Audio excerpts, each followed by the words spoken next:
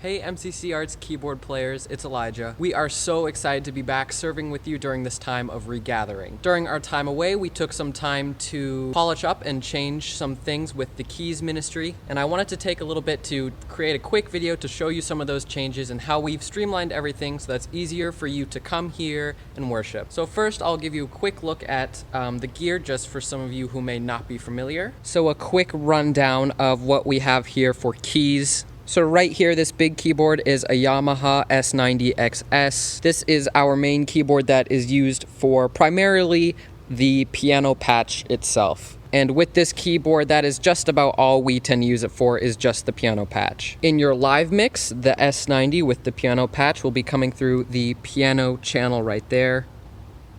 But that is just about all this larger keyboard is used for, just the piano itself. On top of that, we have a MIDI controller, which the exact MIDI controller does vary from campus to campus, but their function is the same.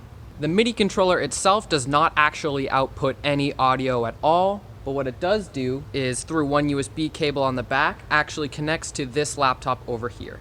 And this laptop outputs the audio through a software called MainStage, which I will get into in just a second.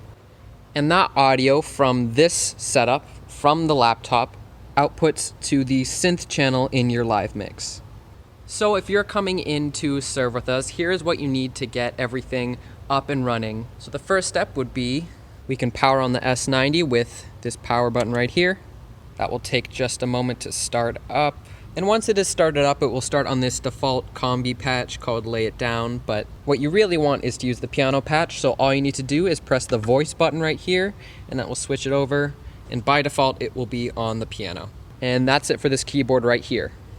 Next, we're going to set up the MainStage setup with this MIDI controller and this laptop. So we can open up the computer. The password is live. So once you're logged in, there are a couple of ways to get the MainStage file, the concert file is what it's called, that you will use to play the set. The first way is there should be a folder right on your desktop called MainStage Concerts. If you open that up, that will have all of the MainStage files for different weeks and also per campus. So for the week of the 19th, for example, here's Bedford's, this is Concord's, and here's Manchester's. Depending on the file that you want, all you need to do is double click. I'm at Bedford, so I'll open that one, and it will expand right here for you. One more double click and it will open it up for you inside of MainStage 3. And there it is.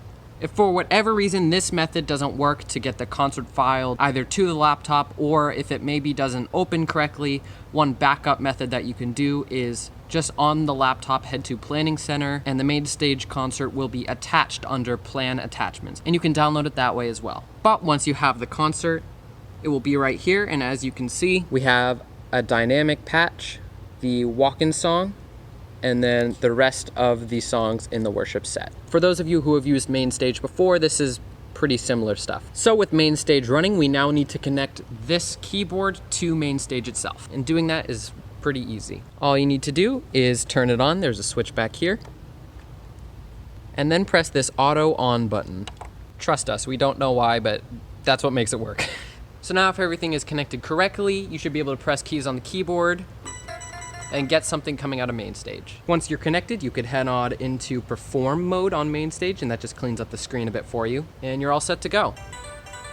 You can also switch patches with these buttons here, and that really covers everything. Now, I will give a couple of troubleshooting tips as well. If you're running into any problems, the first thing I would check is this. First, head into the MainStage 3 menu in the top and hit Preferences, Preferences under Audio, right there. And right here, you have your audio output and input.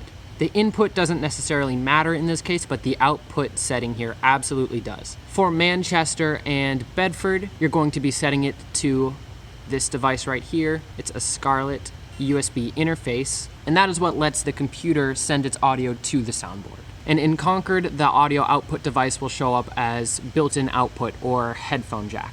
And from there, what you can do is actually reboot the Scarlett itself. So if I open this up under here, this device with all of the green lights is the Scarlett. So all you need to do is flick the power off, give it a couple seconds, and then I'll turn that back on.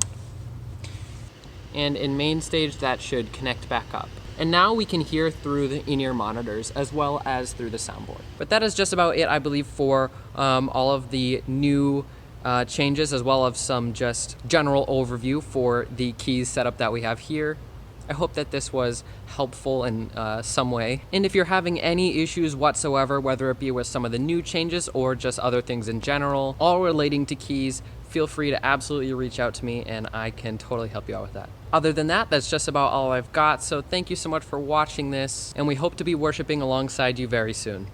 We'll see you around.